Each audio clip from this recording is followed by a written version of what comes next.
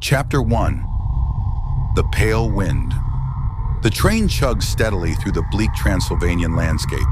Thick clouds hung low over the Carpathian mountains, and the skeletal branches of barren trees clawed at the sky. The air inside the carriage was warm, but Jonathan Harker felt a chill creeping into his bones.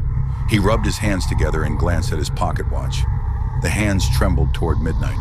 He was en route to Castle Dracula, having been summoned to finalize a property transaction for a mysterious client, Count Dracula. The Count's letters were curt, yet impeccably polite, urging Jonathan to travel with haste. Jonathan leaned back, trying to dispel his unease. His fiancée, Mina Murray, was waiting for him back in England. He reminded himself that this was just business, a contract. Sign the papers, shake the hand, and return home. But as the train whistled through the dark forests, a whisper of dread curled in his mind. The conductor appeared, lantern in hand, his face drawn with tight apprehension. He spoke in halting English. "This is the end of the line, sir. The rest of the journey, you must make by carriage." Jonathan nodded, gathered his things, and stepped onto the frost-coated platform. The air was thick with the scent of pine and decay.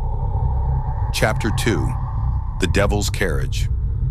The carriage awaited him, black as ink, with two horses whose breath steamed in the cold night air. The driver was shrouded in a cloak, his face hidden beneath the hood. Jonathan hesitated. The coachman's silence was unsettling, but the wind howled behind him, and the forest seemed to shudder with unseen life. He had no choice. The door creaked open. Jonathan climbed in and settled onto the cold leather seat. The horses lurched forward, and the carriage glided into the night. The path wound deeper into the wilderness. Trees crowded the road, their branches brushing against the windows like skeletal fingers. A sudden chill filled the cabin. Jonathan wrapped his coat tighter, his breath misting before him. He peered outside, but the forest was a black void. He tried to calm his thoughts, but they spiraled into uneasy questions. Why the secrecy? Why the urgency? The sound of the horses' hooves faded. It was replaced by a low, whispering wind that seemed to come from all directions at once. Words, just beyond comprehension. Then Jonathan saw it. Perched atop a jagged hill, silhouetted against the stormy sky, was Castle Dracula. Its towers loomed like the claws of a dead god, and its windows glowed faintly, as though the castle itself breathed. A sense of wrongness curled in his gut. The carriage halted. The door opened slowly, creaking with age. "Welcome," a deep voice said. Jonathan stepped out and looked up. Count Dracula stood before him. Chapter 3. The Host. The Count was tall, his figure wrapped in a cloak darker than night.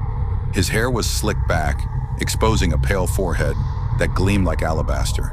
His eyes were sharp, the color of congealed blood, and his thin lips curled into a smile that showed just a hint of teeth.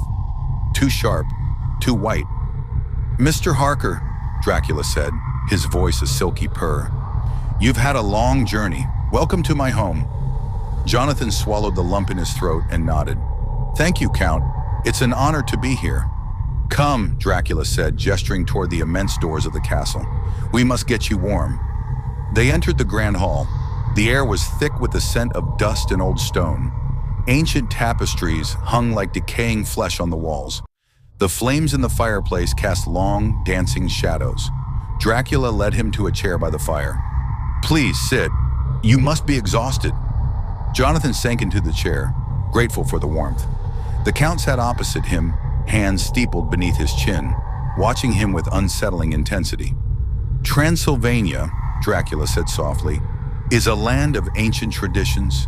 Many fear the old ways, but I preserve them." Jonathan cleared his throat, trying to maintain his professionalism. "I have the papers ready, Count. We can go over the property details whenever you wish."